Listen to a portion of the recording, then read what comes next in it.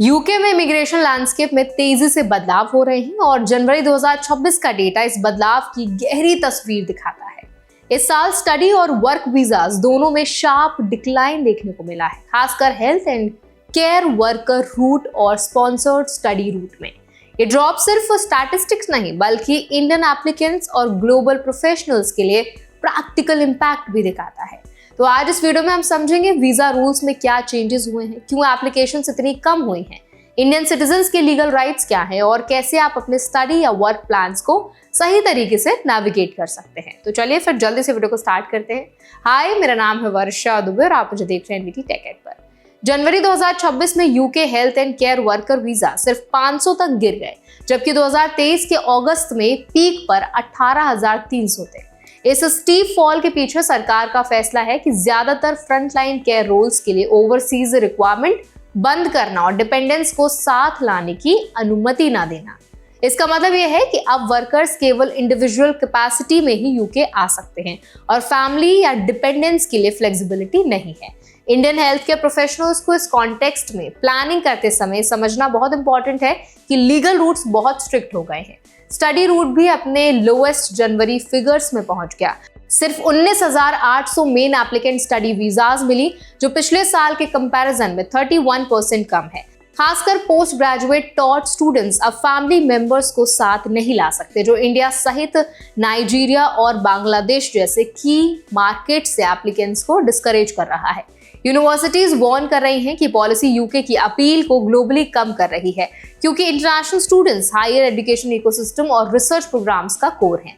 Rules के technical बदलावों को समझना भी इंपॉर्टेंट है। स्किल्ड वर्कर रूट में अब मिनिमम लेवल RQF6 और जनरल सैलरी थ्रेशोल्ड 41,700 पाउंड्स कर दिया गया है। केयर सेक्टर में कंप्लायंस भी स्ट्रिक्ट हो गई है।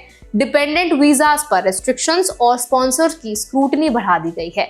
इसका प्रैक्टिकल इंपैक्ट यह है कि एम्प्लॉयर्स को ओवरसीज रिक्रूटमेंट में ज्यादा चैलेंजेस फेस करने पड़ सकते हैं। इंडियन एप्लीकेंट्स को अवेयर रहना चाहिए कि मिनिमम क्वालिफिकेशन, सैलरी रिक्वायरमेंट्स और स्पॉन्सर क्रेडिबिलिटी अब मेजर एलिजिबिलिटी फैक्टर्स हैं। एम्प्लॉयर्स और यूनिवर्सिटीज दोनों रिस्पॉन्स दे रहे हैं।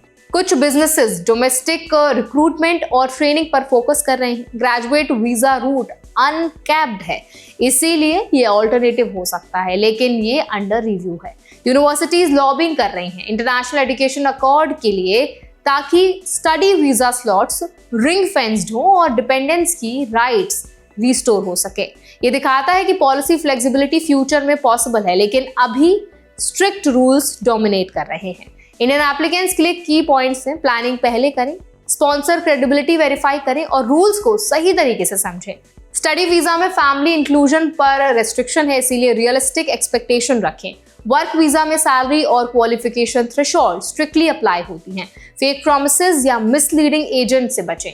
Always official UK home office website या लाइसेंस्ड कंसल्टेंट से गाइडेंस लें।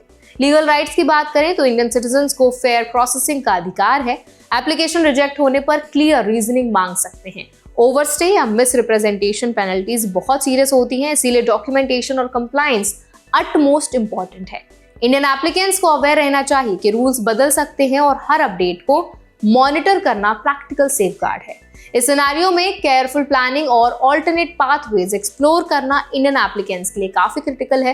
Family relocation plans, financial budgeting और वीजा एलिजिबिलिटी अब कंसिडर करना चाहिए। यूनिवर्सिटीज के कॉन्टेक्स्ट में स्कॉलरशिप और ऑल्टरनेटिव फंडिंग ऑप्शंस चेक करना जरूरी है, क्योंकि रेस्ट्रिक्टेड डिपेंडेंट रूल्स के कारण कॉस्ट बर्डन बढ़ सकता है। अब इस पूरे अपडेट पर आपकी क्या राय है, आप क्या ओपिनियन रखते हैं, हमें कमेंट्स में जरूर बताएं। ऐसे और भी अपडेट्स के लिए, वीडियोस के लिए, इन्फॉर्मेशन के लिए हमारे चैनल एनवीटी टेक एड को भी जरूर सब्सक्राइब करें।